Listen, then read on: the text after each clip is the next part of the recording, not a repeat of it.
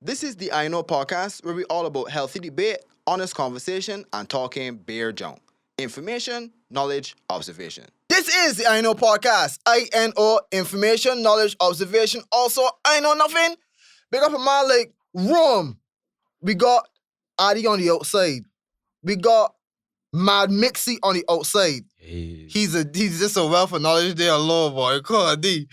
We got Mose on the inside. Hey. We got Malik Kofi. Yo. And we got a very special guest. A big one. A big one. Mhm. This man run me down. Then he stopped. Then I run Pause. Pause, man. Hey, that I run- Yo. that man run me down, but he get reject. Wow! What are we talking about, dog? What are we talking about? I can ask you questions. Listen. I can ask everybody. Who hurt you, dog? Listen. All start. The amount of everyone know that he reject him, man. Boy. But the thing is though, is that then I come to he and then he reject me. It was just a bunch of scheduling issues. I was like, Sivers, when you ready? Yeah, it was a whole bunch of things. My man fight through COVID. Yeah, boy. I hit it with two big rocks, big man. Almost had And me. come back, and we are thankful that Yeah, my man sure, is sure, here. Sure. Lots to do, lots to talk about. We got a lot to talk about. Ladies and gentlemen, we have one of the biggest rappers in Barbados right now. We have Sivers, ladies and gentlemen. What's going on, Sivers? Man, just here, bro. Glad to be here. Glad to finally kick it with the man, chop it up. For real, B? Differently. Big man. Yeah. I would easily say this about, I would say a year and a half that the man was talking about doing this thing and the man not doing it. Yeah, we schedules never really lined up. I was busy trying to reorganize my team. He was busy doing media, different, So yeah, we had Jeez, on, Brett. make it happen. So they nearly in line up. Yeah, You're laughing, dog. I don't know if you know, Yeah, dog. man. Yeah. We didn't know, right? Well, What you was making a point about that before we started. You was making a point, and it was going to be a good topic, but I can't remember exactly what Everything you at said. one time, me. Everything in their own time, man. Yeah. So you said you were saying something that this come up a lot in just general conversation and stuff about whether or not everything is happening for a reason. And you believe that, right? I don't know how I feel Yeah, I about that. think everything's happened for a reason, and I also believe that they got random moments. Two things can be true at the same time. It don't necessarily got to be one doctrine. I feel as though it's true. Big old landlord say lyrics. Yeah, I feel like you never see any moment. I feel like 5 years later or 3 years later, you look back and be like, you know what? She horned me for a reason, She put me on the right path. Because she was a whore, dog. Whoa, whoa. What do you mean? That is the true reason. I have great relationships, so all my ex. Well, you're a whore. Boy. You know what's interesting? What's interesting for me, I don't like to say everything is happening for a reason. Because for some reason, I feel as though that is kind of take away the accountability for me. I like to know that things happen because I was successful at it or that I failed at it, because now I know that I have the control to actually change it if I try again. You know what I So mean? you never had a day where you was super prepared for everything. You had everything prepped the right way. And then everything just went shit. You never had a day like that. Me like today? Yeah. Actually, yeah, I mean, Everything's happened for a reason, though. What is the reason for my day going bad? Boy, like karma. But here's the thing, right? All right, no, go ahead, Kofi. No, Sorry. my main beef with the everything happens for a reason ideology is that it means that by definition, it means that some people are better than others. Because there are instances, let me say I trip up Marcus. Does that mean that because I trip up Marcus and Marcus fall on a bussy face, that was a lesson for me to keep my foot in the right place? I think you're thinking about it too tough, bro. It's not too tough. Like if you think that everything happens for a reason, right? And that's your ideology. Everything happens for a reason, right? There are car accidents daily. Okay, you're doing this in a literal sense of the words having the meaning that they should have. I mean, that's what words is words. Words. Vocabulary has been out for quite some time. For me, right, it's kind of like, it's how do I frame it? Okay, so for example, in the event that something happens that's unpredictable and I did not see it coming, blah, blah, blah, blah, but then I gotta look at, why didn't I see it coming? Why did I not plan for every eventuality? And what does that teach me moving forward? There are definitely things that have happened to me in the past there are definitely things that have happened to me in the past where like I could look back now and be like, all right, yeah, this definitely happened for a reason. Right. Because it's like I wouldn't be the person that I am now if that particular situation hadn't occurred. Could I have been a little bit more responsible? Yeah, because, you know, as a teenager, it was a little shit. You know what I mean? Like, I didn't really have much discipline in the sense of self-care or mental health and all these stuff that people's like to like petition for and know. You know what I mean? And, but I feel as though I get your point though. So I understand what you're saying. So when you say happen for a reason, just to be specific, and this could probably go for everybody that say it, you mean a good reason? It's happened for a good reason? That's another thing. Before you even hear all that, I don't believe in good or bad people or things though. Like things that just happen and how we perceive it is good or bad. You might ever hear about Hitler though? Right. But all right, I feel like based on what you said, I think you might want to consider saying everything has a lesson. Because so the lesson can be the reason? No, because you could learn from something. That does not mean it was preordained. The fact that to think that all of my decisions in future and choices, all of my trauma, all of my good times, pre-written is well to me. Because why am I even trying? Why try? Why attempt? If everything is like written in a book. But you don't know. You don't know your script, so it don't matter, regardless of if it exists or not. So all we do every day, we doing the best. That's how I see it. I hate everyone saying that. Every day, I absolutely do not. There are days where I am 50 at best. But that's your best though for that day. No. No. Hey, man, be honest something there. If I am actively not doing my best, because right? if you're having a shit month, right? Sorry to cut you off. Sorry, do you think? A shit month is different. A depressive episode is different from I am just literally being lazy. Lazy is people's a month is an episode. Boy, shit, it's crazy. No, you get dog. No, people fail to realize that like laziness does exist, and sometimes you are simply not doing your best. If you were on TikTok on the toilet and you're done and you ain't getting up, you are not doing your best. You are on TikTok. You see that best at the time, right? He just said best at the time. That's actually a very that's a good point. Everybody said I keep saying that's an interesting point. What do you think is an interesting point? I have to stop saying that, but yeah, it is an interesting point though. But it's an interesting point of like there's some days when I can only give so much, right? And what that is, I can't do what I did yesterday just because something happened that day. So within that context, I kind of get what he's saying. Because you're looking at this, like getting back to the analogy of the month, right? It's like if You said 100, you said percentage, right? You said 50%. So let me say from now till April or whenever in the year, for 2 months, all you've been given is 30%. And then one day you give 50. Then that technically is your best. Well, because that's all you can manage for that time. Right. But you know what I mean? This is looking at, to me, that comes across as a point from like, that is my capacity at a given time. So whilst my regular capacity is 100, today I can only give 50. But if I am actively giving 30, then that is not my best. That is me giving accountability. 30. You want people to be accountable for you wish. Yeah. As they should be. I've not articulated that by the way, but yes, as they should be. I think it's just accountability don't exist in 2022. By the way, I think it's just a philosophical difference between you two. But the thing that I was thinking about, I remember there was a time that you told me, and I think that everything happens for a reason and stuff. That you had, when things happen and you've kind of felt a way about it, you had your own coping mechanisms, right? Yeah. One that I never heard a Bajan actually like do, which would have been like reverting to like using lean, what rappers in America have popularized or whatever, using lean. And you said that you kind of like got a bit too attached to it or whatever. Yeah. And you would talk about that. First of all, what is lean? And then just talk about what it is for people that don't know. Well, it depends on how you looking, like what you want to mix it with or what product you're using. But for me, it was mostly like Nickel and Sprite. I just tried Johnny Rancher in there or whatever. But yeah, how I got into it. How I got into it, it was more like that was the kind of the culture, the rap music at the time that I was listening to. So like the Lil Waynes and that era when he was like, you know, talking about it and he down south, he scissor and stuff. So it's like, for me, I lived my life through a lot of rap lyrics. Because at the time I didn't have the confidence to be myself. Or like, I was saying no. You know what I mean? So like, rap gave me the confidence to feel as though it was larger than life. And with that came, stuff like lean, stuff like scissor, whatever you want to call it. stuff like alcohol. You know what I mean? I was drinking since a very young age, 13. You know what I mean? As most carrying people.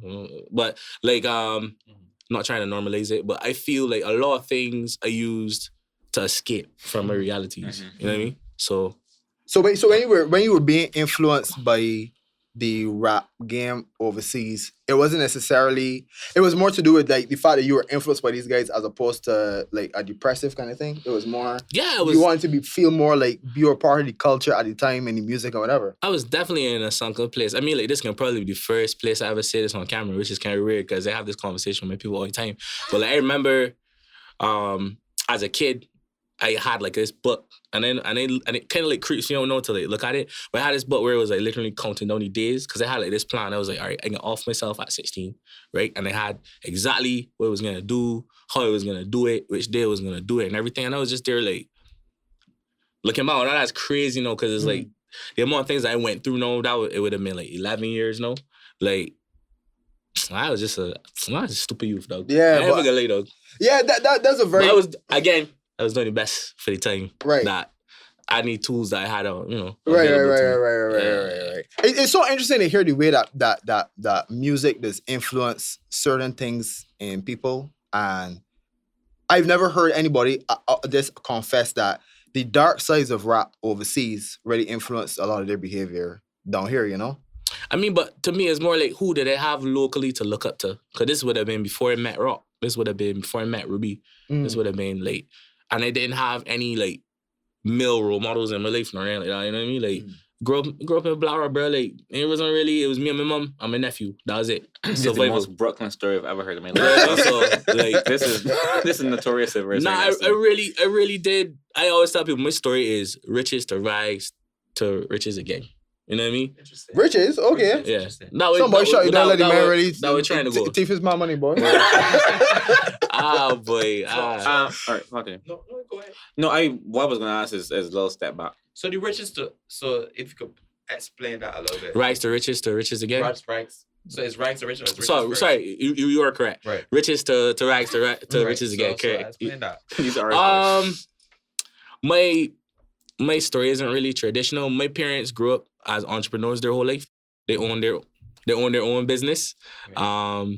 It was like a food place out in Wildy that my parents operated, and they did really well for themselves. You know what I mean? I came after all of my siblings. Okay. I was the youngest child.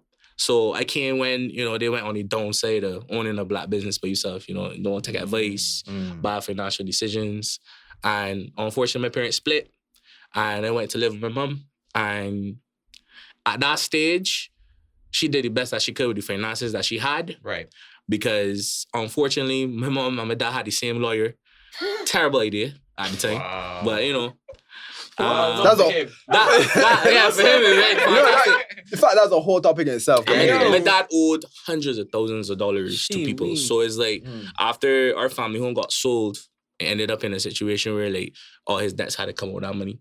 Right. And my mom did she best, did best with me and my nephew, and yeah, that's where he is now. So to the riches again is the hope, you know what I mean? But I don't say aspiring to be. I don't say the hope no more because I again going back to where I am now mentally is like what you say is what you manifest anywhere. Right. I know it's gonna happen. The decisions that I am making now, like I can solidly say this is not hairy-fairy, magical, spiritual, nothing. It's like the decisions that I am making now in the last 6 months of my business and my music career will put me in the trajectory where I could do what I need to do. When you said when you said riches to riches again, it was more your emotional state as opposed to your wealth and. Well, I was right. My parents were rich. Yeah. They had money. But the way that you described just now, the rags part. You were. It sounded more as though you were describing how the instability of the family and all kind of thing and all that. There, that was the rags in a way. Okay, that's not what I heard. But oh, really? All right. Okay, that's how I heard it. Okay, I want to hear how you interpret it. No, I thought you said that you was brat. Well, I thought you said your family was well off, and then you was brat. Oh no, But no, you on your way up. Yeah, I feel like that's what I thought you said. The situation was this. I feel as though where to go. My parents, as a child, as a kid, you attach to your parent to a certain point. You know what I mean? Like, Mhm. whoever is responsible for you, who's your guardian, Yeah, whatever sure, they're going sure. through, their financial situation is know your financial Yes. situation. So I ended up, That's interesting. I was with you. you don't think so? Y'all take on your parents' financial burdens? Dog, I What do you can tell mean? you something right now, but after Sivers finishes. Yeah. Sorry. What do you mean, dog? Keep that. I got it. Fair enough. Yeah. All right, cool. This guy. I actually will hear you guys say Yeah, that, but I feel as though like you kind of trapped. I mean, if you're a hustler, like I was, like you find ways to get money. You know what I mean? But for the most part, if you just like a kid that attending general, it's not like at school that was pushing to be an entrepreneur. Like at least not when I was going to school, they was pushing to be like lawyers, doctors, computer scientists, them right. sort of things. So it's like hustling wasn't even a mentality. That's something that I had to develop. It's like a muscle. I had to like start training it every day. You know, whether it be like again a certain amount of money every week from allowance through whatever that my father had to provide contractually or whatnot, and trying to flip that because that just wasn't enough to survive as a kid. Right. You know what I mean? So. I definitely say I'm not blaming anybody or attaching it to Yeah, any yeah, particular no, person because like I try my best to make the best of the situation for sure. Mose, you want to go and then we move some thing? No, we could move past. Okay. We can move past honestly. Kofi, what you was gonna say? No, it's not the first time I had this conversation for the week, coincidentally. Interesting. But I always find it interesting when someone says that they take on their parents' financial burden, or as adults they feel the need to financially. Let me make sure I distinguish that. Take care of their parents. Like I don't say that's what you were saying though. that's what I took from it. Okay, But well, as a dependent, I think you meant as a dependent. I was really up to the first part. Right, I misunderstood. You get the part where it's like I know you grew up. I see what you did. Right. I was really up to the first part. In my mind, I thought you were saying like that's part of your racial story. Like you got like your mom did her best, so you gotta do your best to your mom now. I agree to that sentiment. But you say parents, so you generalize Well, it no, to both. I just said parents generally. I wasn't meaning you. Oh, So you cool, do cool. think that like you have a debt owed to your mom, almost? I wouldn't describe it as heavy as a debt. I think it's Debt might not be the word either. I think it's but I don't want to say Judy. I think it's more of like an in good faith kind of thing for me personally, like because that's my thing in life. If you do good things for people or do good things in life or add purpose to your world, it affects others. Right. That's a way of looking at it because all the things that Kofi said, I am feeling now. As I get older, I feel as though I owe my parents something. And the more that I get older, I realize the situations that they were in. Not only whether it be financially or whatever, but more on the emotional side and their obligations to me. Because of these obligations and what they gave me, I feel like I owe them. And it's a duty of mine as a man that is growing and going through his youthful years compared to them, that I have to kind of give them back what it is that they gave me when I was younger. That's kind of, I feel like an obligation in that way. So interesting. I guess like I'm with some of what you said. Like I can be real point blank. One of my life goals, like a real big life goal, is before my parents get too old, to put them on a cruise around the world. That's one of my real big life goals. That's dope. But that is just because that is not a financial decision. That is my mommy and daddy was good to me. I know people that just be like, my mommy's struggling to pay she course bill, so I got to pay, which to me is wild. Like it's been a minute since you lived with your mother. You have never sat down in that chair that your mother buy from courts. Like that is not necessarily the same as my mommy raised me good. I want to. As an emotional expression, I want to give her a gift. I feel it's completely different from my mother's experience of financial burden. I am obligated to fix that. You say so that's a weird feel that people feel obligated to help. I ain't back to be born. I put it out there. Interesting. I ain't back to be born, right? Interesting. So like it is really and truly, and this may sound selfish, but really and truly, it is your parents' duty to raise you up till you get a certain point. That's just a fact. Until you get to 16, your parents. I get what you're saying, though. Until you get to 16, your parents are supposed to raise you. On a legal standpoint, not on a moral one, though. No, that's the thing. Sure, but let me be real. A lot of our parents did our best at the time, but their best was, hitting you because that's all they know. So look, there are people, right? I don't know how we got here, but okay. No, Let's because I am projecting that. I projecting the conversation I had earlier this week, right? Which it's hard not to separate the two because it's kind of similar dances, right? So like, imagine you grew up in a household and you ain't had the best childhood, right? And now your parents getting through financial strife, and you feel obligated to give them back. To me, that's very strange. To me, I see that's different though. I at this point I don't know where we are. Well, that's where we're the only thing I would tap on is with the bill part is that for me, I would have to be on a certain financial plateau to reach down and help. Anyone. Right. There's not even family or friends or whatever. It's just like they take care of yourself. As a firm believer, I gotta be on solid foundation. I mean like $100 over or whatever. There's no quantifiable amount. Right. Like, I feel like I have to be safe in myself. Like, this is the life that I live in right now. And anything other than that is definitely a sacrifice. And you gotta tuck them sacrifices. I don't think people study that. You know what I mean? You gotta tuck that because in my head is like, yes, you're paying forward the dues of how you were treated and everything, right? But also, your parents don't live the life. This is so bad. Your parents don't live the life, B. You know what I mean? Like, they had their time in the sun. And I know you're trying to come up and get time. You know what I mean? So, like... my ears are blown over. I'm trying not to, stick on this topic, right? But I hear... It's so rough, but it's like... They live... I give you an example, right? When I was at university, I was president of Music Society, right? And I had this one particular person who would come to Music Society and be like, yo, I really want to do music, but... I'm not sure how my parents can feel about it, but I can just, I just do it on the side as a hobby. And that always used to stick me anytime somebody tell me that I'm doing music as a hobby, it used to stab me in the rib a little bit. Because it'd be like, you parents don't live the life though, even if so you telling me that you're only doing your degree because they're paying for it and it's comfortable. So you're not willing to be a starving artist. You're not willing to do what you really love. You're not willing to take that sacrifice. Fine, granted, I can't stop you. Everybody got their own decision. Right, but it's like, when is enough enough? If you don't stand for something, you don't stand for nothing at all. So where any point do you tell yourself, you know what, look, this ain't what I want to do.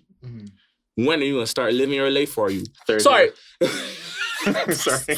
So when your parents, God forbid, pass away, what you gonna do then? How you gonna live your life? What's your purpose? What's bring you while they're alive, don't you think that you have a moral responsibility to take care of them when they're older? That is that's different to me. That's what getting at. That to me is really different. To me, yeah. I think that's different. No. Is it though?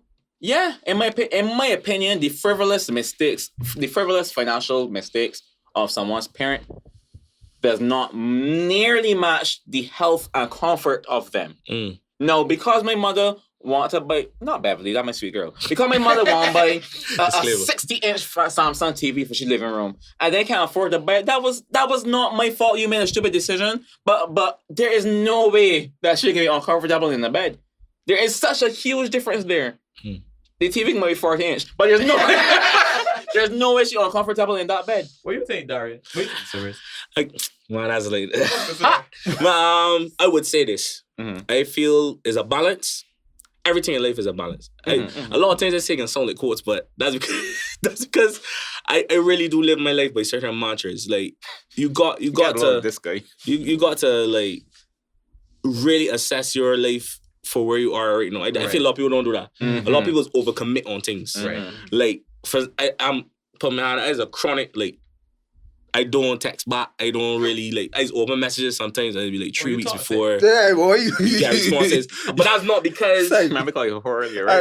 It's all for true. That's not because I don't believe that people should get the responses that they deserve or whatnot. It's because I am so obsessed with my dream to the sense that every day I wake up, I think about how can I be a better rapper? How can I be a better artist? How can I be a better company owner?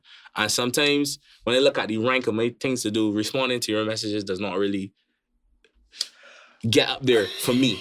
Does that make you a terrible person? And some people but this goes back to what we was talking about before off camera. I don't believe you get to a certain point in life unless you step on someone's feelings. or step on someone's like life, because at the end of the day, people are selfish. However you perceive life to be, you're gonna see it from that perspective of like, man, you believe it, trying to get up on this podcast every since, and Marcus won't give me a little Hold on. Scheduling issues. But wait, hold on. Yeah. Inserts other quote. People make time for the things that they want to make time for.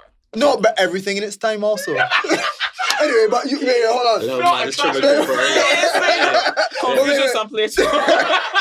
Here, Tune. First thing about that whole texting thing, that has lesser to do with you being selfish and more to do with you not knowing how to manage the relationships in your life. This is a man's don't text back.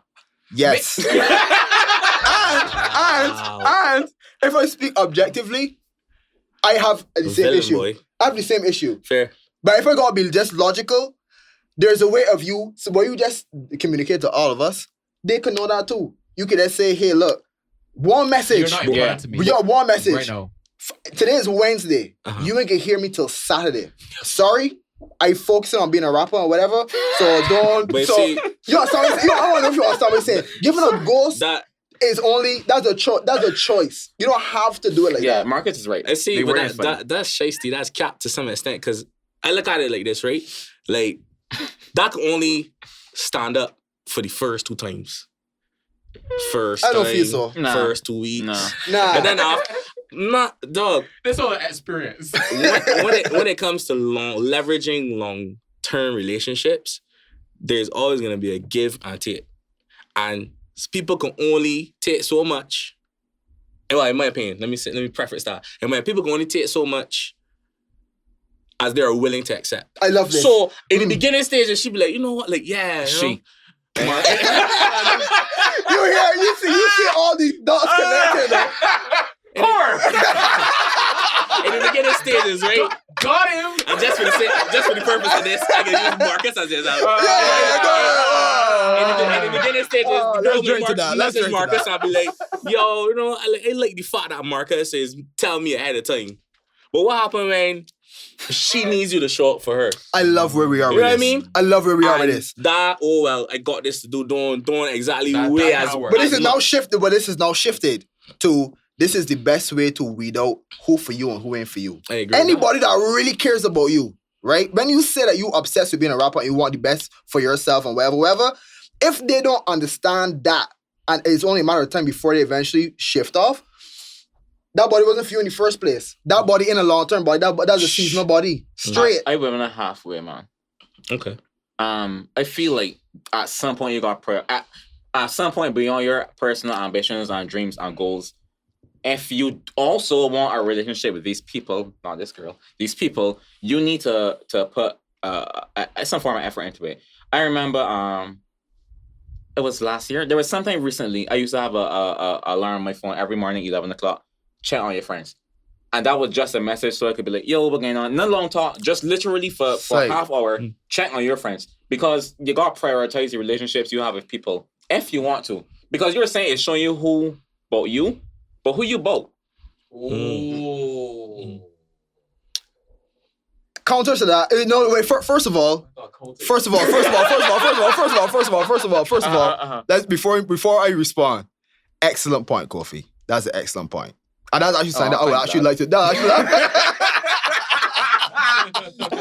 That's actually something that the pressure here. That's actually something that I would Whoever you are, if you're watching and Marcus responding, like, just know that he means the best. You know? He's trying to take. It's the rum. It's always the rum. My brother. It's always blame the rum, though. It's always blame the rum. I got you, dog. I got you. The thing is that what you're doing, that's actually something that I would actually like to start doing. But what are you saying though? No, what I did, I can't hold that no more. No, but the thing is, what Sivers said still remains true though. I obsessed with me. For this next 3 years, right? I put him me first. That body gonna understand You sound like that. Justin little boy. Oh, Or shit. LA boy, whatever Yeah, the not necessarily, but in order to do amazing things, you gotta have a hyperlight focus into There what must be you're doing, though. sacrifices. Yes. And for sacrifices have to be made. Yes. And the people that understand that their sacrifices for a period of time should be the ones that you really stay with. No, that period of time thing, real iffy. because you don't know how long that ever gonna be. Gonna All you know last. is a period of time. That 3 years could be 10. You want it to be a period of time. And it most often is. Your written down plan is yeah, this can be a 6-month stint. I gonna do a course. I gonna learn this trade, and then I get, and then that is the extent, dog. Okay. To me, I think I- it's like when you do, you downtime too. So like, no matter how hard you work, there will be a period, even if that downtime is 30 minutes or whatever. I think that's when the friends. I do get you. That's when the friends and or relationships are supposed to be prioritized. Because then it's a matter. There's a difference between, do I message when I can or do I not message at all? And message, call, whatever you want, call, show up for people in situations in their life. So it's like you just gotta look at, and there's the other thing, we can have a conversation with this too. A lot of people be calling people their friends and it's just acquaintances. Like, who is your actual friend? Like, if this person did not exist in your life, how would your life be? On a quality score from 1 to 10, would it be less? That's interesting. Would it be greater? Like, you gotta look at people like that. So, all right, yeah. So, okay, let me just play something out. Right? A lot of people tend to say, well, okay, I doing me. Right now, I grinding, I hustling and doing what I gotta do and whatnot. Right? You gotta understand that. But at the same time, a lot of people expect the people in their life to hold them down and support them. Right? Don't you see a conflict of interest there? Right. Don't you see a conflict of interest there?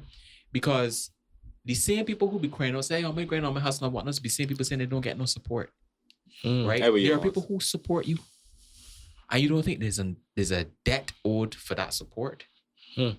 Even the decency of saying, yo, I am willing to carve out time for you because you are a supporter in my life and I value this relationship. That's some fuck shit though, honestly. And add to your point, I feel like that's where you got to prioritize. Like, is this person that deserve that debt to be paid? Like, who preferably is owed the pound of flesh and who isn't? That's the thing. Like, I feel like, no, we in an era where everybody's just trying to like centralize the word friend. Like, friend is a strong connotation to me. It is. You know what I mean? Friend means day to day. Friend means I am willing to sacrifice on my own mission to leverage some of my time because you need this, whether it be you moving out or whatnot. But it's like, who are the people? That's why when people say they got a small circle, I really do believe in that. There has to be a small group of individuals where, like, you know what? Mosey breakdown. Can I go now and help him? Will it put me out of my way? Probably, but that's my guy. You know what I mean? In times of need, things rough, and he has been shown and shown. But I feel like we don't really balance that now. We are at this stage where friends and acquaintances kind of get blurred. Like, because I see you crop over time or whatever, because I see you in a fete every now and again, and we catch a vibe drinking drinks or whatever. Does that make you my friend? No, or is that an acquaintance? But I don't think we ever define it. My next question could be about the people that you have on your team that are your friends. Yeah, but go ahead first, Kofi. No, I just wanted to as a couple of things you said there that stuck out to me. You said day to day. That's not literal, right? Just a thing. Because you also did say sometimes you go text your people and say, so you said you would not reply to the messages. So all of these people as acquaintances. I asking this because like I have friends. I can be real. I got group chats, dog. That like to me when they're talking in group chat, I talk to my friend for the day, and it's not to say that it's not to say I don't consider this person my friend. I don't have to small talk every day. Like if I have to talk to you, I'm going to talk to you. I understand what you're saying. Like Marcus, dog. When they talk in the chat, like Marcus is included in the people I'm talking to. So if I don't talk to Marcus for the week on one side, that to me, that's all right. But from your definition, it sounds like if it wasn't for this podcast, me and Marcus should not be friends. Which I do not see that. I don't even see that as a possibility. I think that would be dependent on you and Marcus, like friendship though. Because to me, like some people, again, it goes back to the whole friends, acquaintances thing. Some people require a little bit more time. It's just the ones that require a little bit more time end up falling in the acquaintance category for me. Because it's like, well, I think the people that really understand, you know what? Kofi grinding, he got something that he want to accomplish. Even if I message on Monday and I hit back Wednesday, I understand why. Because it's like, yo, something going on. Where there are people that I was gonna say this earlier. There, people have a perception of who Marcus, who Sivers, who Kofi, who Mosey should be. Right. And their perception in their head, they have their own set of expectations for these people in their head to fulfill. And there's a certain selfishness in it. Yeah. Exactly. And if you don't check at least 2 things from this box, is like, man, I can't believe Mosey will do me like that day, or Sivers will do me like that day. Like, honestly, like, my friend is telling me that. My friends tell me that I'd be a dick for saying this, right? But it's like, if you people just love the idea of me, though, I don't think they like actually me. You might start going for real, though. Nah, real I feel like I feel like the idea of me. Yeah. You know what I mean? Like, unless I chill with you on the off in terms of, like, you know, we go and drink a drink or cool or talk business or talk life or politics or whatever it is. You know what I mean? Whatever you want to do. For me, it's like, a lot of people got an idea of who you are, especially when you're in entertainment. Especially when you're in, like, what we doing, like podcasting and DJing and artists and management or whatever. Like, people have an idea of you. There's like, you know what, man, that my Sivers ain't put me on that song, so he don't like me. It's like, nah, bro, I ain't got nothing to your ability or this. It's just like, I in a certain place. That's like, so real, bro. Before any song is seen, well, it wasn't like that before. I was just playing up things. But know that I got structure. Like, before anybody see anything on my Instagram, my Twitter, my YouTube, whatever, best believe I'd have planning that shit for like 3 months before that. On your Twitter? Yeah, I don't really use it, but you know what I mean? But before anybody sees anything I post, like, I have a plan in place for that, because it's like, and a lot of artists are like that, and they say 3 months, but that's trivial. Like, we be working for things for years ago that no coming out today, that new to people today, but it's like, rambling. Where we was going with this is that you got, and I understand what you're telling about the day-to-day thing. I don't mean it in a literal day-to-day sense. I mean it more of in a, if I talk to you on Monday, I don't go to talk to you on Tuesday, because I talk to you on Monday and I already know that fulfills. That fulfills what I need. Everybody got a quota. Okay, before we transition, this is a stick of pin in this and people. That how do we contextualize this situation here for erotic romantic relationships?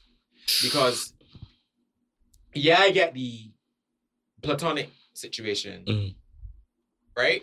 Where, my man, you gotta understand that, big man, I on my grind. My man, I can't be tested. My man, we test. I on it, right? You talking with somebody, right? You engaging with somebody in a romantic sort of situation. How do you justify testing a body like that 3 days later, saying, man, look, man, I don't on my thing, I can't think. But you expect that she in your bed a certain time. When you want it, should be. When you want it should be. Take it away. Sorry. You first, bro. You crashed up for you, though. I'm gonna spit. You're looking at you see it, but you ain't there, though. I say there, though. Take your time, man. What I will say is this. Right. Yes, sir. It's all about, earlier I talked about sacrifice. No, you dabbling into the realm of platonic versus like intimate relationships, right? There's gonna be a different level of love that you give somebody in an intimate relationship than you can give, like, you know, like when you boys and thing. You know what I mean? Like, that's just reality. That's Agreed. Life. There's levels. You know what I mean? Because, you know, you boys will say everything, man, my Sivers, we all talk to you, girl, come round, da-da-da. But I ain't there, though. She's boy laying on next to me at night, though. So, realistically, there is a certain priority to that. And the priority is for bros. Who is more distracting to your mission? If you say that's your mission statement, I on my husband thing. Name a person who's more distracting. My counter to that is, if she is in your life romantically, she should be an asset and no liability. Jesus, that's man. I just say Let's go, Sivers. And I don't mean like asset as in money or anything. You know, I mean like,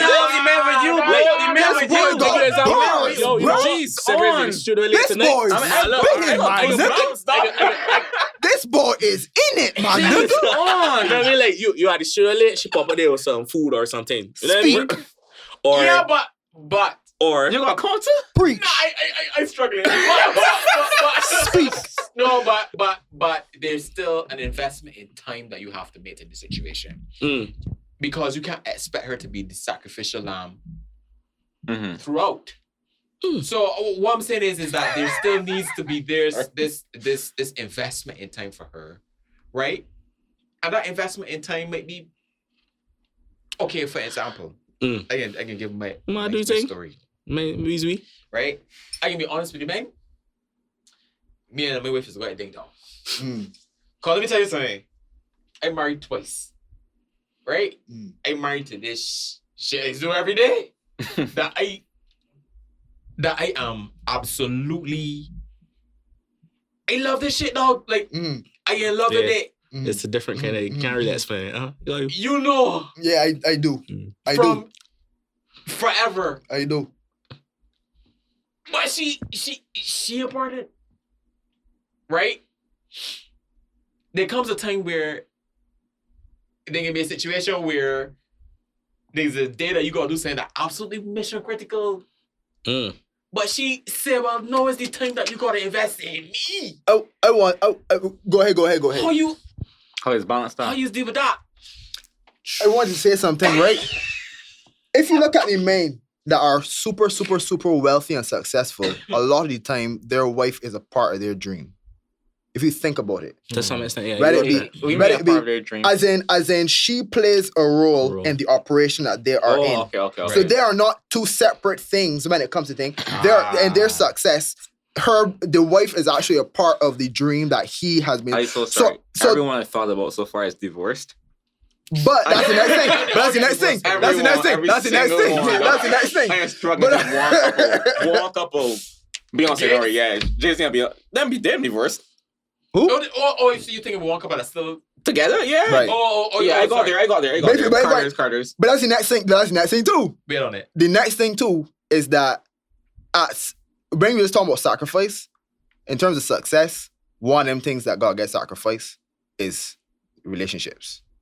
A lot of the time, relationships is get the back burner, right? But it's that I've heard times when people I can't remember who children there was, but they say that like the father ain't there, he busy. They get all the money in the world, but he ain't there. He traveling, he has to travel because of work, right? He can't see them grow up. They gonna only be 7 once. He wasn't there at that time. So all that stuff just play a role. By the end of the day, is what you both. You alright me? Huh? No, I go. From this angle, is a glass. No.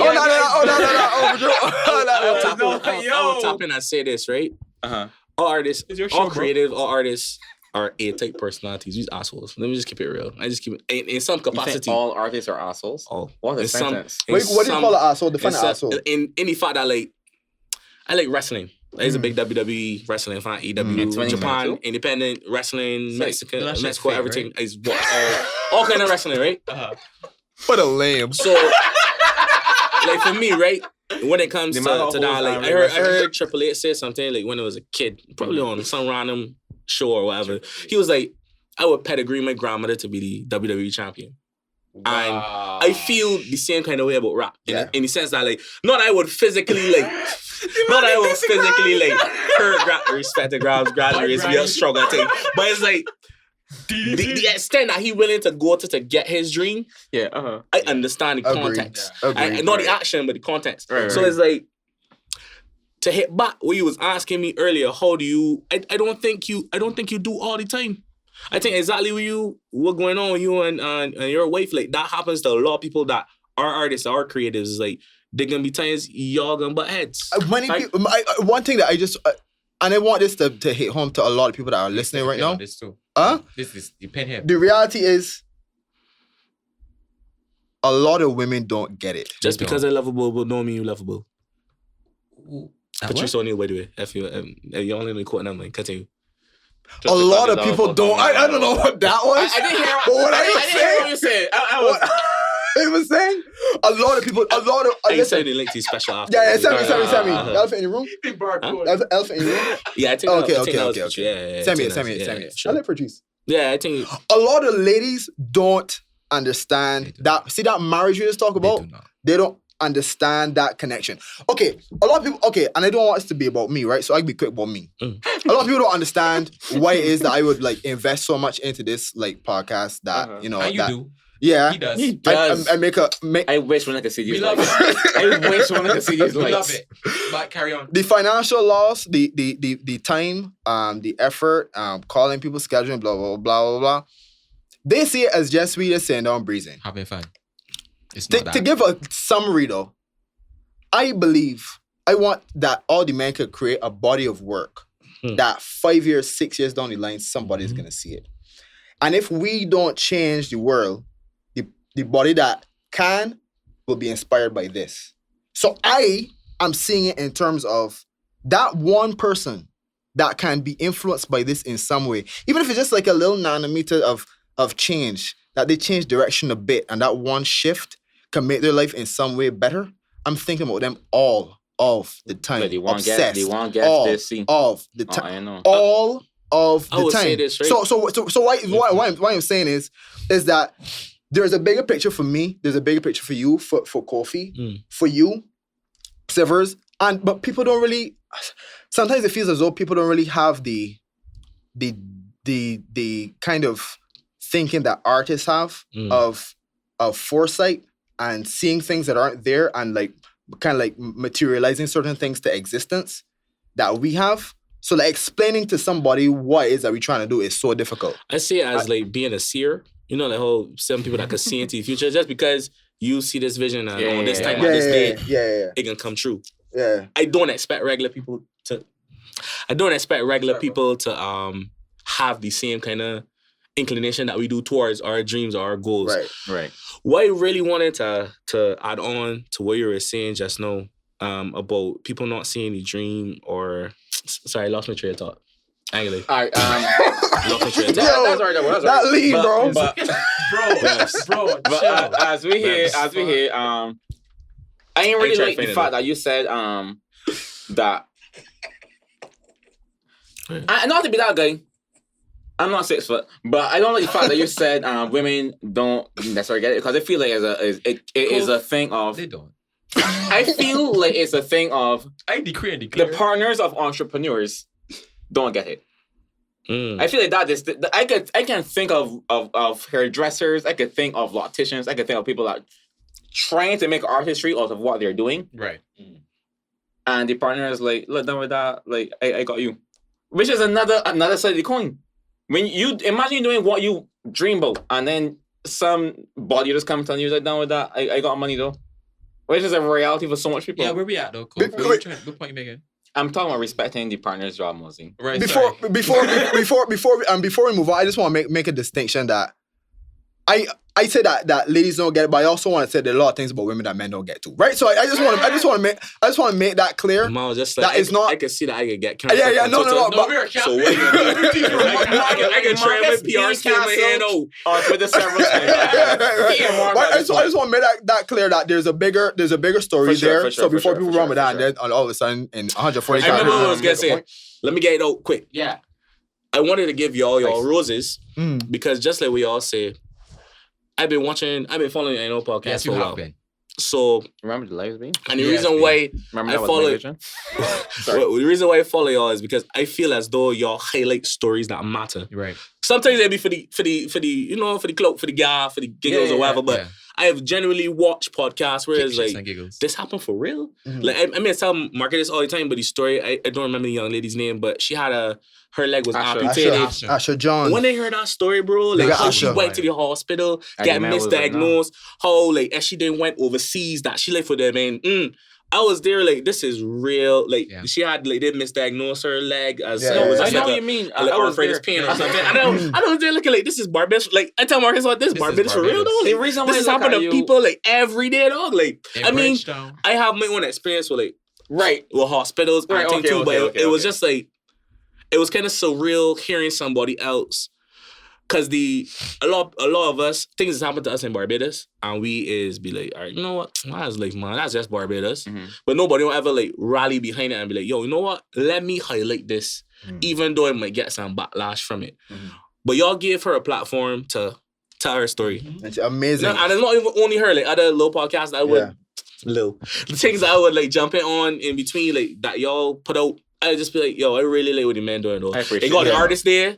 You got the in-betweens, you got the everyday people with the stories that We matter. thought everybody. Yeah, exactly. Wait, we had a crossroads. Which So way? get all roses for that. Respect, everything. bro. I respect that. Which way the men will go? We could go two different topics. There's two? I heard one. There's two different topics. I still would like to discuss friendship and business, but I also want to. I No. thought But in terms of your own situation at the hospital, you want to hear that? I want to I hear can that. tell you, man. I can tell you my story. Okay. We coming back in a minute. I just want for this for some ice. Yeah. I know like what is. Right, hospital situation. When I was 16, I got diagnosed with 2 abscesses in my neck. For a lot of people that don't know, abscess is just like a growth, looks like a lump kind of. But they were kind of concerned because they wasn't sure if it was cancerous or not. Right. So I went to the hospital, like any poor black man would do, and I waited. I get doctors look at me and they diagnose it as, all right, these are abscesses. We gotta cut into them, we gotta drain them, we gotta remove the inflammation on the inside. Bum bum bum. So sign up, did the surgery, take forever, but did the surgery. I remember this period in my life so vividly because it was like 3 months before I was about to do CXC. So it was like crunch time. Like I had to finish SPAs and different things. But I was telling myself like the pain was so unbearable. And that's actually where the whole pain and like lean and like pills and stuff really come into, because it's like the thing in my neck, it was painkillers mostly that I got like addicted to because the pain in my neck was so severe, bro. Imagine you going to school and you popping like 6 to 5 Panadols, and then you going up from Panadols to actual painkillers prescribed and things. So it was like the doctor was like, all right, cool. We got.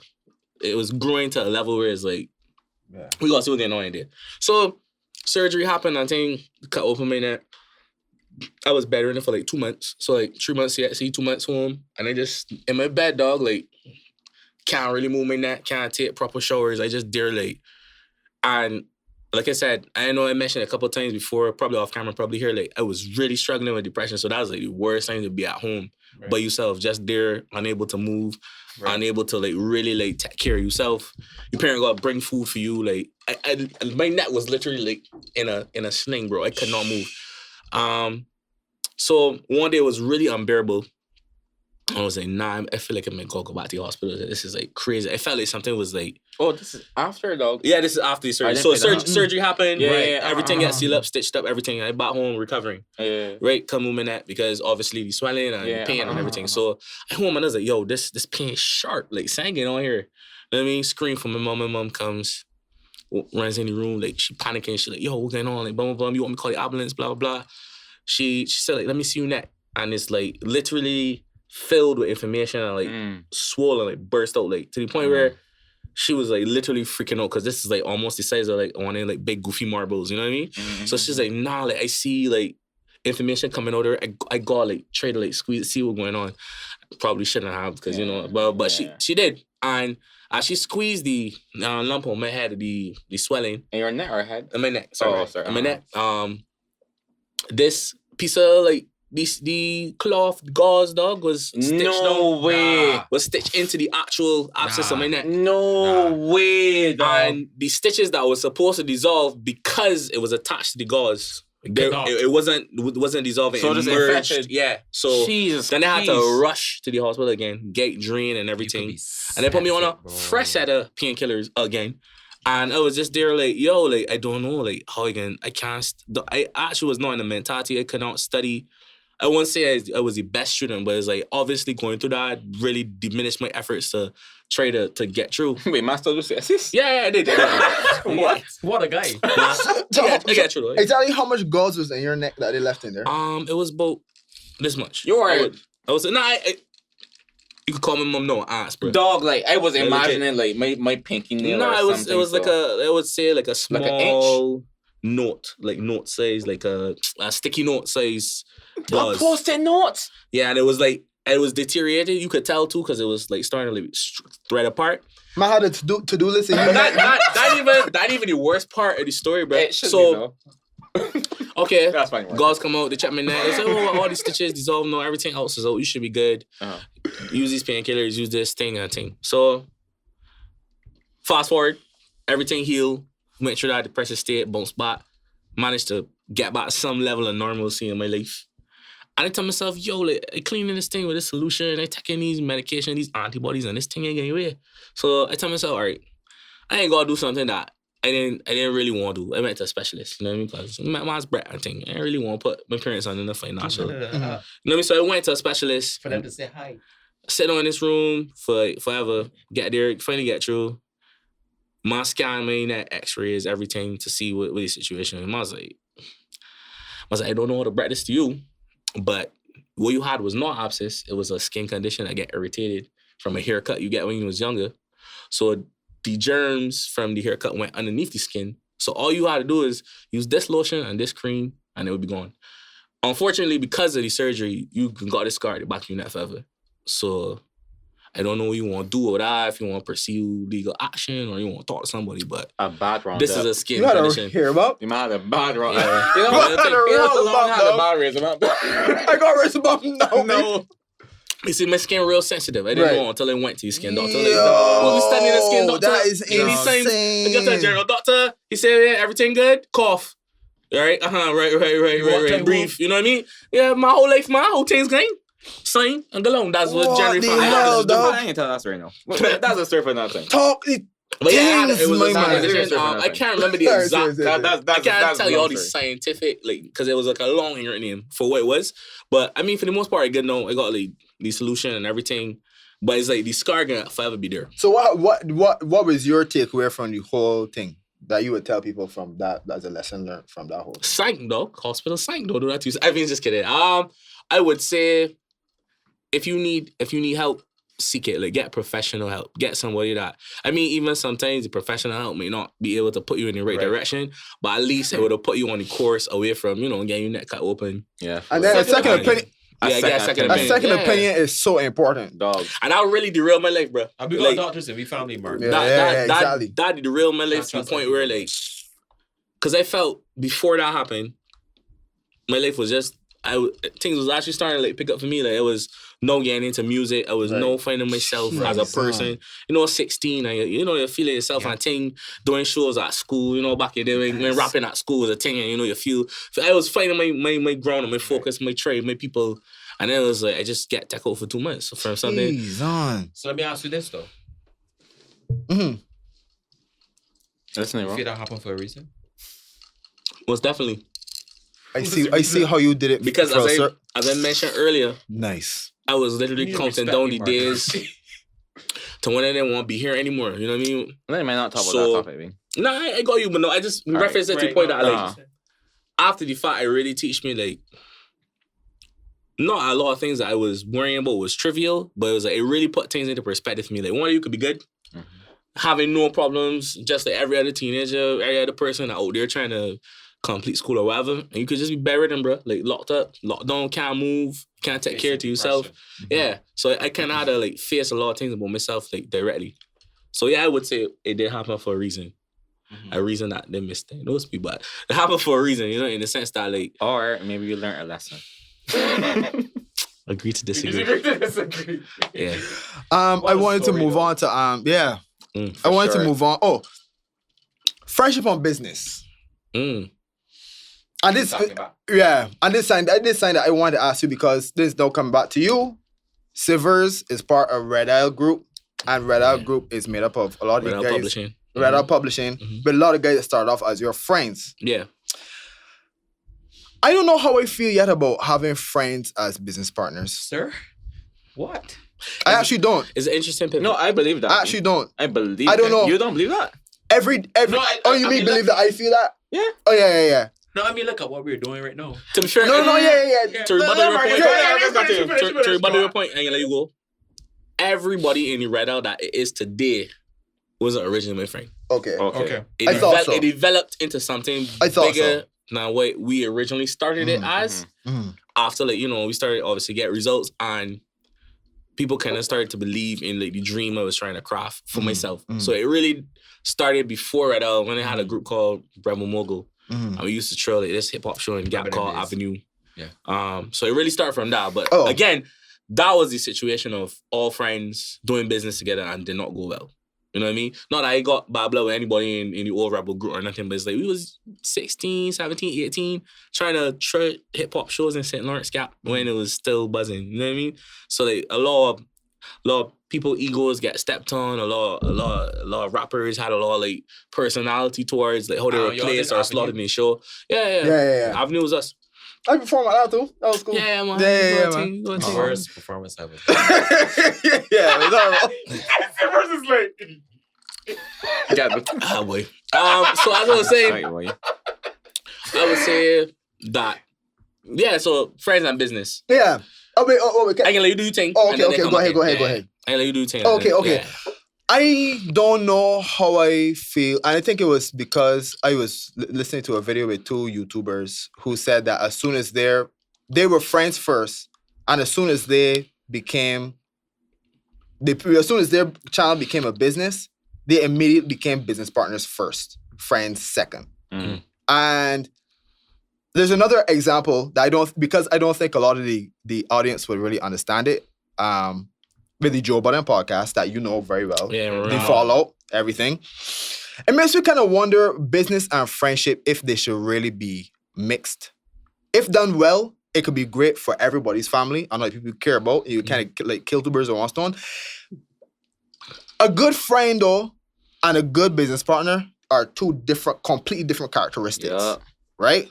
And sometimes I wonder if that is risking your friendship when it doesn't have to be, so you could just get business partners with somebody else. I just want to throw it to the room. Sivers, you go first, and whatever. I would say I agree to some extent to what you said. I think in both situations with Rebel and with Redel, we started off as friends and then it became a business situation, and then the business kind of took priority over the friendship. Mm-hmm. What I will offer to say is it all depends on if you and the people on your team kind of share the same vision of where you want to go with the company or with the project or with whatever. Right. However, there's a level of bias that does come with being friends.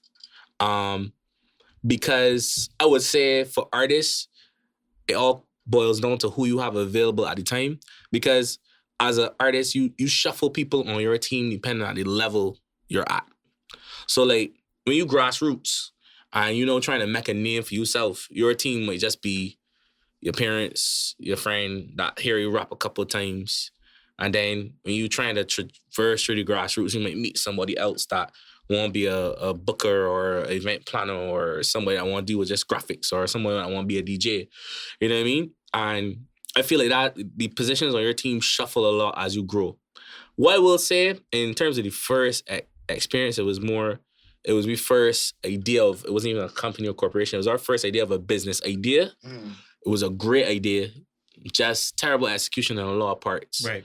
Second time around though, I feel as though it was a reformed movement where it was me, Darwin, and Lamar, just the three of us. Mm-hmm. And then we slowly went about recruiting the right people. Mm-hmm. So it would have started as business first and then developed into friendship. So for example, Mixie, I went to almost every producer I could think of before I met Mixie. Mm-hmm. And that was doing hip hop at least, you know what I mean? That I would have had access to or whatnot. So when I approached Mixie to do the 30 in Theory project I had put out, it was all business. It was like, yo, bro, this is how much I have. This is my budget. This is what I can afford. This is what we want to do. I can pay you this money. And then after doing the project, Miss was like, I can see what you're trying to do. Like, what do you want with the music? The question that is, and I ask a lot of artists know, like, what do you want with the music?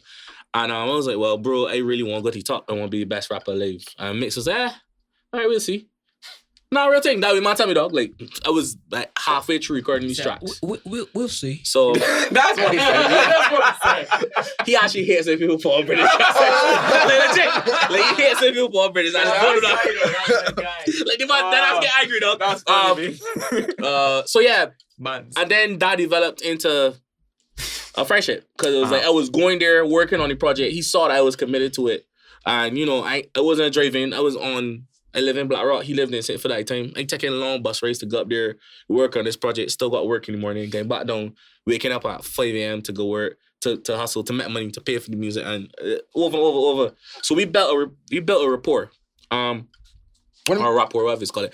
right. So we built a relationship where it's like, all right, look, I can see what this man trying to do with this project, and afterwards, I was like, all right, look, right now, there are no, and this even before we get to the whole publishing side of things, there are no like record labels that support or represent people like us here.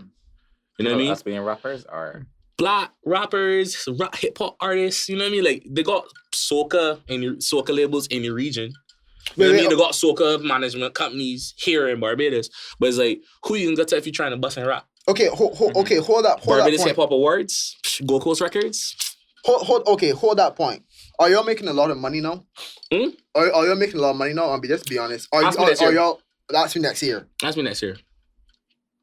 Do you believe that money really shows people's true colors and really how they think about the business, etc.? Money comes. That's why I lead with the shuffling thing. Because, like, my team right now, after we actually get paid for what we're looking to do, could be completely different. Right. Because money changes a lot of things. And reveals I a lot of don't really things. think It it changes. reveals I more think than it changes. reveals it. It reveals who the person really are, who the people, or who the individual's intentions are. So I won't ever sit here for the sake of like giving y'all content that get aged by and say, yeah, man, I believe in the man's right for the man got my back. The man got my back for right now. And they notice we all agree that at a certain point for this period of time right now, we are all invested in this one particular dream or goal or step. When we finish that goal or step, in the future, we could come back to the table as business partners and say, yo, you want to do this for the next year? You want to do this for the next 6 A lot of months? people do not do what you just But said. we had that conversation, exactly, we had that conversation before we started. I think a lot of people be like, man, we can just try a thing and see how it work out. Right. We can't do that. Right. all right. I don't know if you probably know this, but I've had a personal run-in with you on business. And it made me wonder if you know the market you're in. I was working on a show that was a CBC show named Zeitgeist. And Oh, this is a guys thing. Gee, there we go. Get comfortable. Get comfortable. There we Because this is go. going to be a long ride, my friend. I wrote a script. When did I write that script? 2 or 3 years ago. I wrote a script. Well, we talk about things like years in the making. I wrote a script 2 or 3 years ago. Bridgetown was the tune then. And I was writing an episode about songs about modern songs about Barbados. Have to include Bridgetown, right?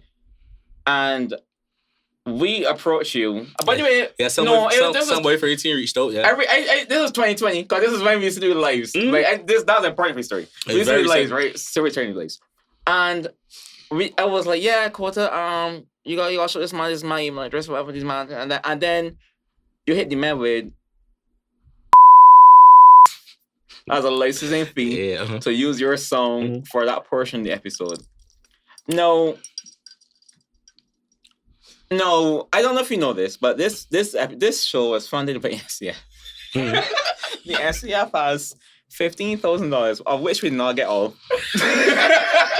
You know what's funny with that? I actually tried to apply for a few SCF projects now, so that's hilarious. You charged us Of your budget? of the budget for the season, dog, to license your song for that portion of the episode.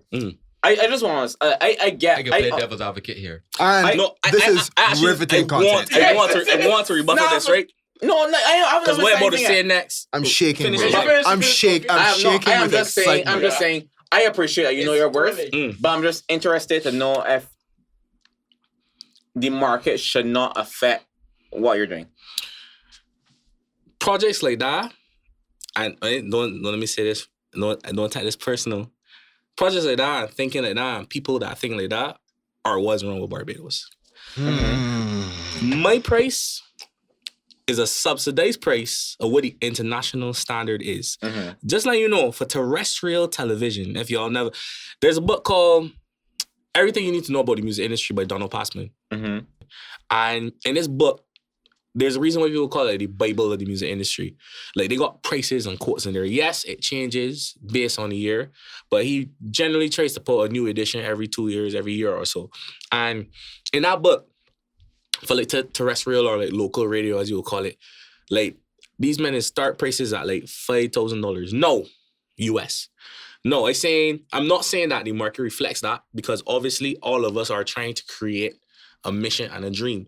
So my problem isn't necessarily with you or the show. I love what y'all was doing. Cuban's my guy. You know what I mean? My problem lies with the guy above y'all. People like CBC, people like corporate entities who host these shows, use artist music, don't properly compensate them for it.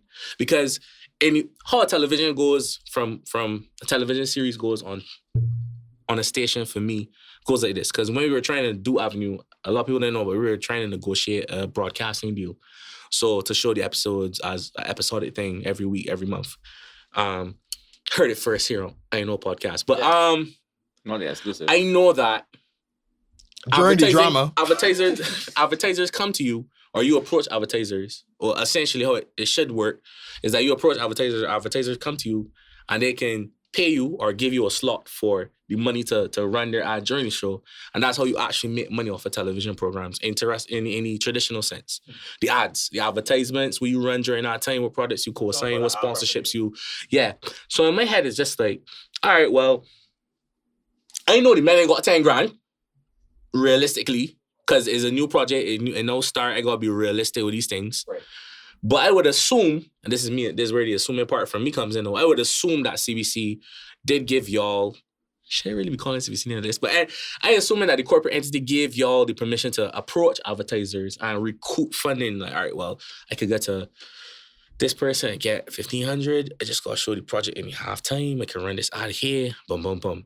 So everything has to work like a cog in a wheel. And if that is not happening, then I have to ask what's going on the corporate side of things, because y'all should not be trying on no series or no episode or anything on any station. This is not just CBC. There's Trade at 10. There's anything locally. There's regionally, unless you are able to recoup. Because how do you do season 2? How do you make the next season better? How do I show these people? I'm like, you know what? Like, and it's quality stuff. I watch every week. My mom call me. And even when y'all do the broadcasting notifications, I followed every week. How do y'all recoup from that? And that's my problem with Barbados. It's always a means to the end. It's never be the creative saying for the self. Or Kofi got a successful series and he get paid from it. Successful series full stop. It don't be, I assume, I don't know if I'm not saying that. So, but it's like, I have an actual problem with that. My problem with that is that there should be a system, and I know Mosey knows this from years of working it. There should be a system in place where certain amount of funds are on the table, where certain amount of things are cleared off and signed off on. I understand that this system don't exist. But just because the system ain't there the way it should be, doesn't mean, in my opinion, in my humble opinion, that I should come down on my price or where I live. Because in my head, I'm not looking at it as, man, I gotta get $3,000 off this at least. I'm looking at, my producer made this beat. I gotta pay he too. He might not necessarily see the vision like I see the vision. He want that money? Because he owned half of the publishing in terms of like how that song is supposed to go. Right. You know, Bridgestone and my beat, I ain't at the beat. So if I give the okay, I am now legally liable to be sued or pursued for funding. Because I could tell the man, when I ain't getting there from this here. The man was like, well, right now the industry rate where I live is 10 grand.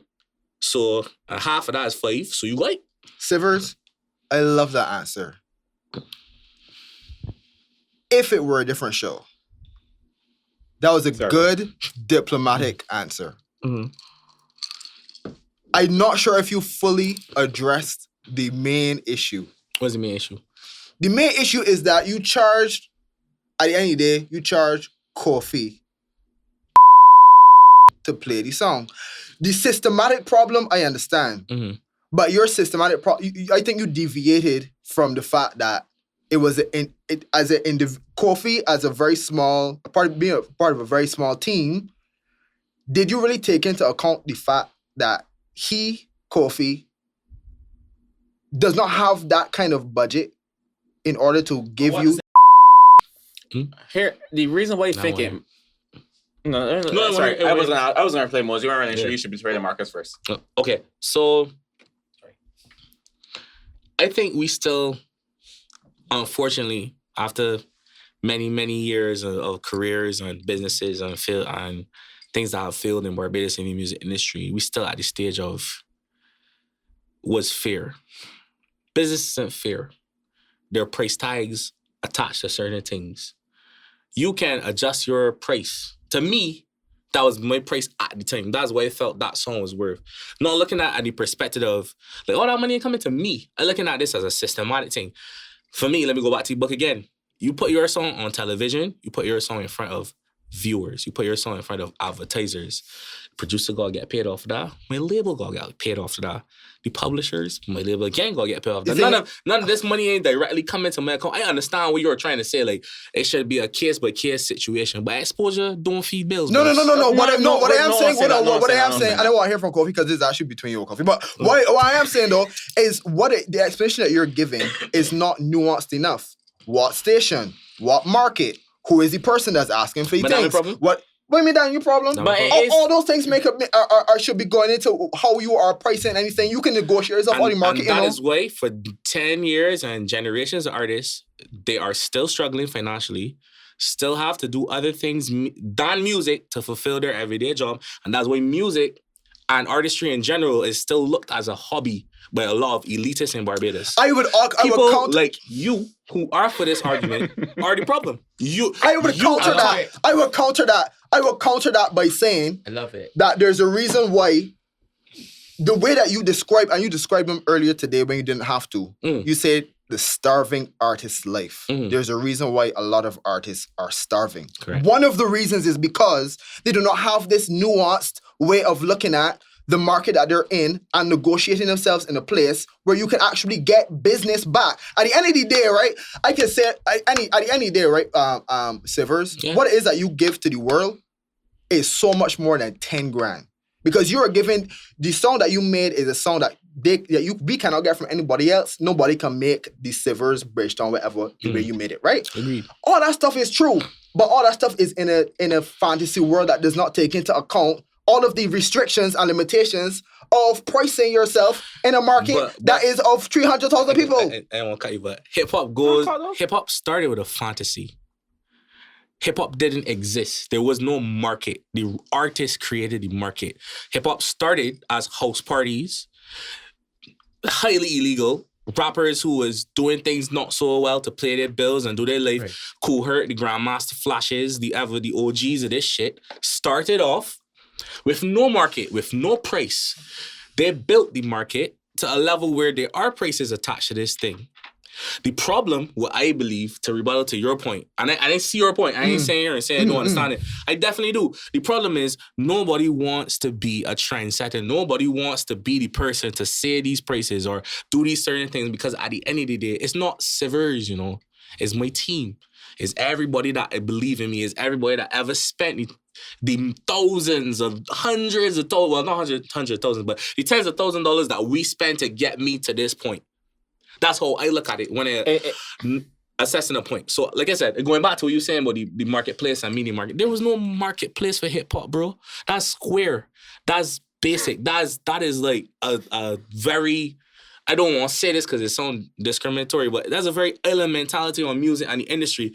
My price should not matter. And it's not only me. If any artist in Barbados, any rapper, any soca star, anybody that more popping or more relevant or whatever you want, contextualize it as, decides that their product is worth something, and they basing it off of something that is industry standard. Ain't like I just went my phone. Like, what industry? Man. What industry? No, you are looking at the hip hop. You are looking at the hip hop industry as the American hip hop industry. Wherein really and truly the Barbadian hip hop industry cannot throw a stone in near that direction. But who fault is that? Surely not. So surely not just the Barbadians themselves, because it will be okay. Here's my thing, right? You said exposure can't pay bills. It is so true. Exposure is shit. Never do something for free if you can be paid for it. Well, I agree, right? Go ahead.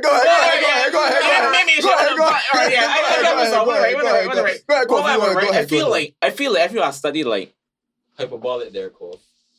I went too closely, son.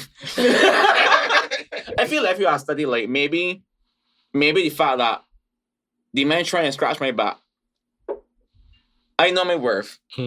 I can negotiate a value that could work it could benefit both of us. Which is, I don't know.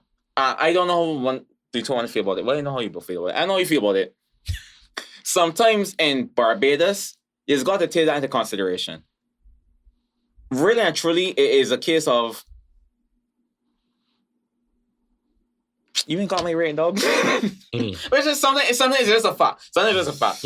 X is my rate. You ain't got my rate. But for whatever reason, I am willing to give you this rate. Is that a crime?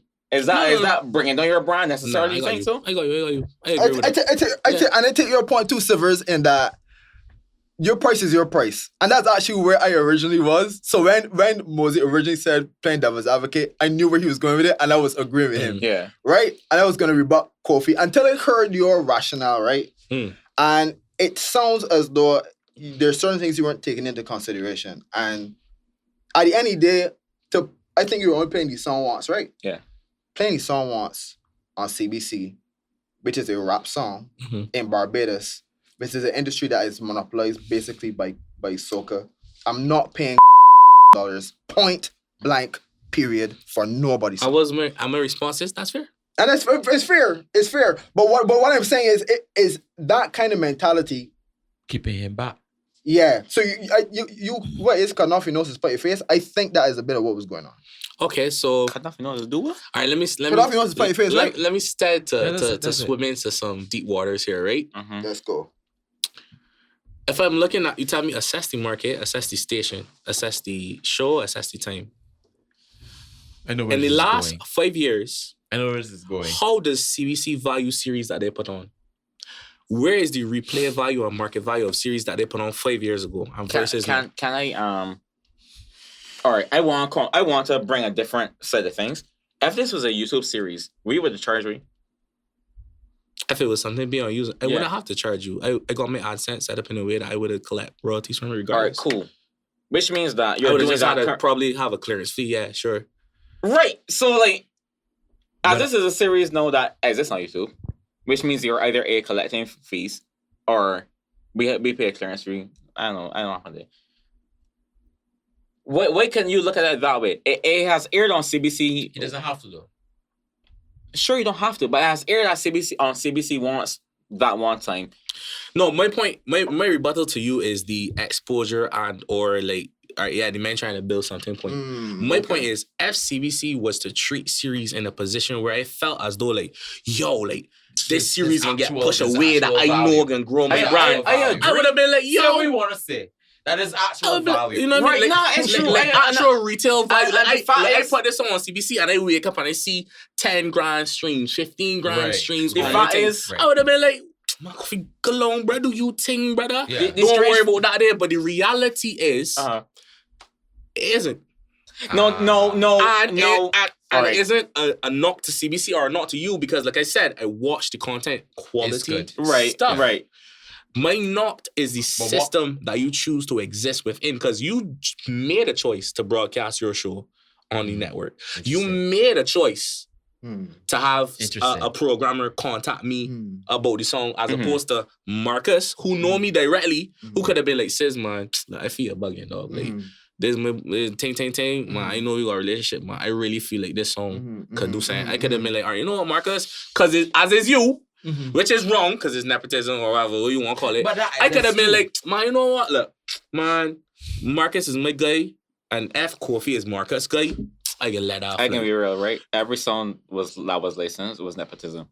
I could comfortably say that. Sir, why are you calling out like this? Not just Mosey, not just Mosey. However, but that's a fine. No, that's what. No, that plays a part into it, right?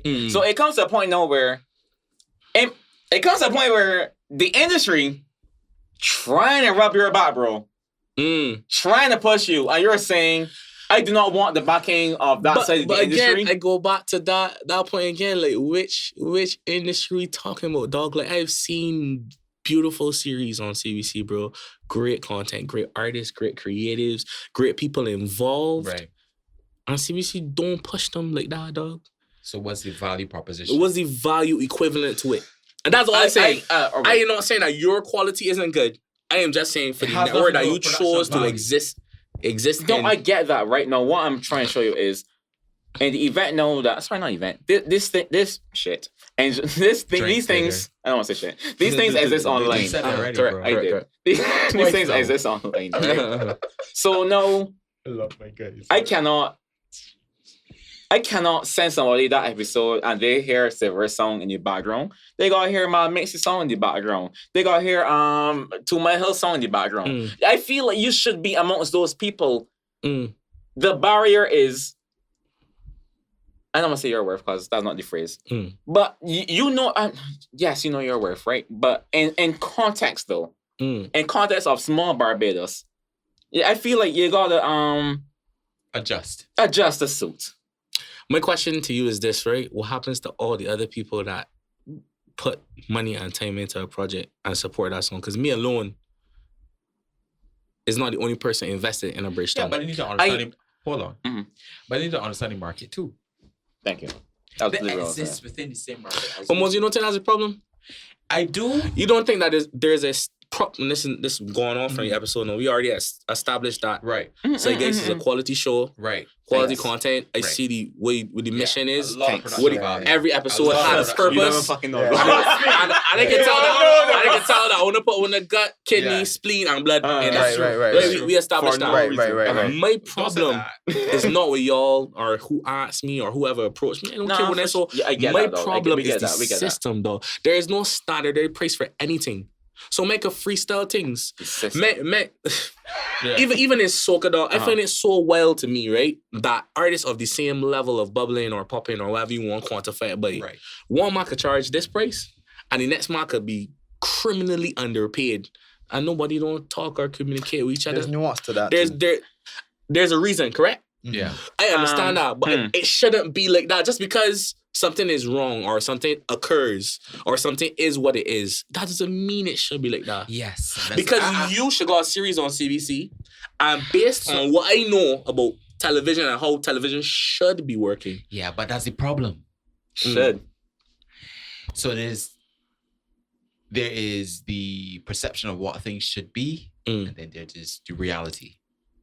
Right? Artist managers exist at the cross section of what is reality and what should be. Right? The fact of the matter is that this is what it is. Right? I am all for principle. Trust me, I tell a lot of people, no, we ain't everywhere. Sivers, we are not everywhere. Right? But there's such a thing as being keen enough to understand that this is a situation where, all right, okay, they do not have the production thing or whatnot. They can't thing. And because you have some sort of philosophical view, and you let that philosophical view be an enemy of what can happen now to push forward the narrative of Bridgetown or whatever, that's something you gotta look critically at, bro. It can be so hard and fast. So what I get it, trust me, I manage 4 artists, bro. I know what they're worth. But I also know where I am. Right? And this is not new, this is not taboo. There are artists who are street artists in the US that can't command the same amount of respect, can't command the same amount of revenue for certain things that they do. I don't understand it. It's a stepping stone. Right? So what I understand, there's a principle behind this is what this thing is and whatnot, philosophically, or whatever. But it's still where the rubber meets the road. And the rubber meets the road is that rap is something that people need to have their palates adjusted to appreciate. And they need to hear you. I mean, at this stage, I feel like we gotta agree and disagree on that point. No fear. Because, in my opinion, I'm not probably closer to you than the other. I feel I get both of your perspectives, and I get how that email will look when I sent. Well, not me, but when Dorian would have sent it back. Right? We got Dorian. Let me push Dorian. We had a conversation about this. I would say I get how the perception of that would have looked. Yeah. And I get that it would have been a great project to be a part of. Right. Still is. Right. I guess you to one thing. But too many artists' dreams, careers, financial situations have died for me to sit here and participate in the same coonery, disrespectful, and unprofessional level of music business things that have happened in this industry. Too many pounders, too many rappers after that, too many rocks, too many rubies, too many artists like that of high tier quality who been doing things, who got the voice of the streets way more than me. When my tune that I building have been disrespected by these entities, by corporate Barbados, by media houses, by broadcasters, for me to sit here and say, I am going to now participate as a part of the system. Because how before Bridgetown, how I've always built my thing is always, I am a rapper, I'm a poet, I'm an artist, I'm a creative, I'm a businessman. At the end of the day, if I need to get to A to B, funding is needed. These people overseas, these PR people, these marketers that we've been trying to get in these circles with, they don't care that Barbados not paying me for my song, bruh. They don't care that promoters not paying me to perform, bruh. They care that their price is A. And if I don't got A, then only one or two things can happen. They can tell me no, or I can find somebody who could get A for free. But to get that person, he also gonna got a fee. So I got some sort of funding to start with. So again, it's just like a rabbit hole. It's just literally, I get that. It's literally me chasing the carrot over It's whack-a-mole. It's a beginning of whack-a-mole for you. But as you say that, a reality is that the fact that you have contributed to a show that you don't know what the shows are going to do too. That's the thing. You don't know. You don't know what you're... I can put Kofi on his spot now. You think CBC pushed Zeitgeist the way that they should have? I think CBC pushed Zeitgeist more than I thought they would have. That's my answer to that. Smooth. I like that. Smooth. That's me the trainer.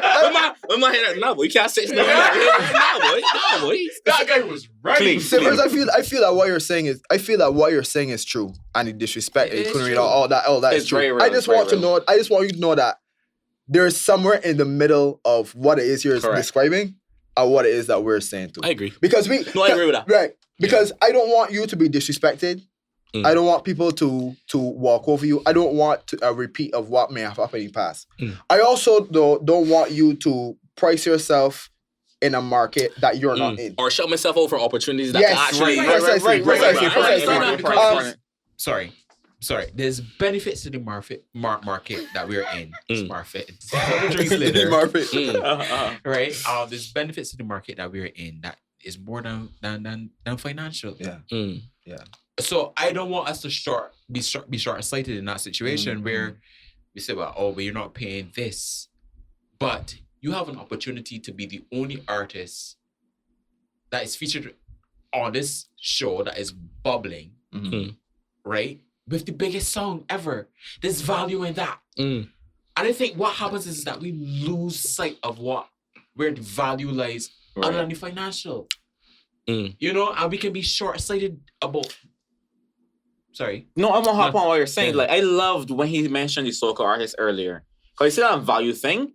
I could clearly remember DJing at parties and there's not in a big party, in a big fat. This in a mainstay and crop over circle, right? But soca artists that I personally think should have a big product, have a large body of work, saying, play my instrumental, that's so much golf balls.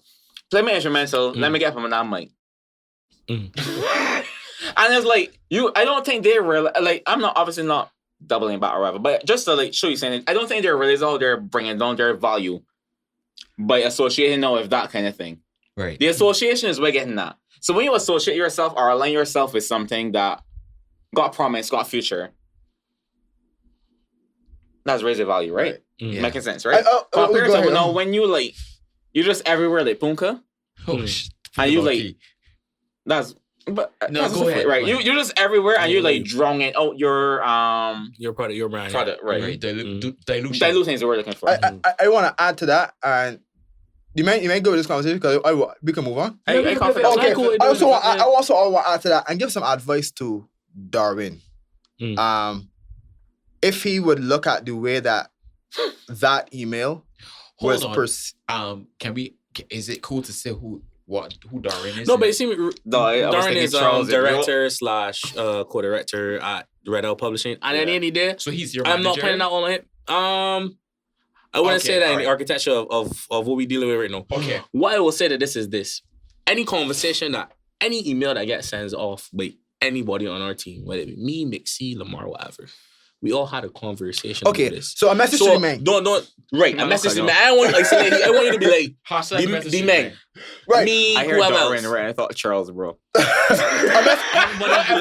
Everybody's feeling that. A message to the man, look, be mindful of how the communication that you send out can stay and leave a stain with certain people. Right. Because Kofi, who has one platform there, and that has one platform here, that could have left a bad taste in Kofi's mouth.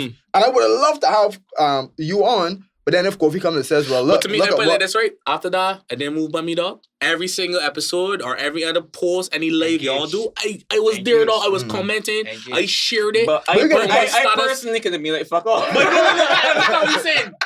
I understand what you're saying, but it wasn't like I say like, Joe, we want this, and if I don't get, I can't reason with the men or no more. It was just a matter of like, it's business, bro. It was Like, not about me it just didn't, Yeah, it just didn't line up. Yeah. You know what I mean? It just didn't line up for me, especially where Whenever I pivot. I don't want to talk too much because I'm like a lot of things going on. But I would say this, right? Where we was at the time when that was going on, that was like something we needed to help get to the next level. So it wasn't if anybody had emailed me that, it could have been Right. I understand. Sir Winston This Charles. It person's could have been express. Halu. It could have been me and Mo. It doesn't matter who I it was. respect- I respect that too. Anybody that hit me at that time, that would have been the standardized price. Because it was also during a time of discovery, and I know you all do that. When you get to a point where like I didn't have no standards or baseline to look at, bro. I was just out here, dog, I would love to be part of this, or but any past. But it's like I finally read a book where I learned everything. This is the standard here. So if I cut that in half and degrade by a little bit, that could be the standard here, but it isn't. Yeah, right, Is it? right, But right. somebody gotta start, Mosey. Somebody gotta start between the Within Khalifas, reason. between the Within Shais, reason. between the me. Somebody gotta be Trust the one to be the like, boy. yo, Trust. something gotta start somewhere, dog. I get it. It can't be the same thing over I and like over that you again. brought it We back. can't be singing the same Brown, slave songs, man. we can pivot though. Wade right. in the water, nothing ain't changing. Whips on my back, no. Nah, I Can't. I feel Toby. Sivers. We talk about real things, Yeah, but for sure. here's what I want you to do right now, because we're making a move just now. Plug your stuff so that everybody that wants to support you can support you in all the ways that they can. My name is the same on all social media. Sivers Third, Sivers Tha Third. You can find me on Instagram, Twitter, everything. I just got spelled out because everybody's thinking Silvers or Sivers, but it's Silvers. Yo, a Silvers. girl called me cereal once. How we messed up, bro. Cereal. To this day, that is the cereal. worst iteration. But She yeah, was trolling you. Sivers Third, Sivers Third. You can find Red Owl Publishing, Red Owl Records on social media as well. That's the team. We doing a lot of stuff. It's not just me. We roster full. We got artists like Lee Phillips, Sleepy, Mad Mixie, a bunch of other artists in development too. So we doing some things, man. So I glad to come out here and share this time with the bros. It was a great conversation. It was. You know what I mean? We ain't agree on everything. I was like, I did not expect that from the beginning. You know what I mean? But Listen, but conversation. the most important thing is that we understand, and I understand where you're coming from. You understand where we coming from, Yeah. and that's the real thing. And I would like to thank y'all for the space because I know sometimes in Barbados doing alternative media, doing podcasts, doing content where it isn't always you getting you flowers every single time, but y'all still push through, still build a good vibe, good energy. It was a great team. Man, I believe the man put rum in me so I could get passionate, but that's a different thing though. But we ain't talking about different. We ain't talking about differently, but nah. Yeah, boy. Nah, it was really a good vibe. I really enjoyed coming here to NO Podcast, talking about everything we want to talk about. I was telling Marcus before, it's like full circle because me and Daddy Bubbles, like we literally just finished working on a song. So it's like everybody seemed to be around the right people at the right time. So That's crazy. yeah, man, bro. I would love to, probably play that song for you later when everything finished. But Yeah. yeah, this was a great vibe. Thanks, man. Thanks. Thanks for respect being to here. everybody. Respect to your team. Respect to the sound man. Man, like Mark, Green Shanty that's our over guy. there. Putting in the good work. For real? Okay. Yeah, but it was a great vibe, guys. I would definitely come back again. Yeah, dog. Thanks for being good energy. Thanks for passing through. We really appreciate you. Keep doing what you're doing because a lot of us are watching you. The right people are watching you, dog. Don't forget that. With that being said, I Know Podcast. We out. Thanks for watching the I Know Podcast, Information, Knowledge, Observation. Be sure to give this video a like and subscribe to our channel. We'll see you soon.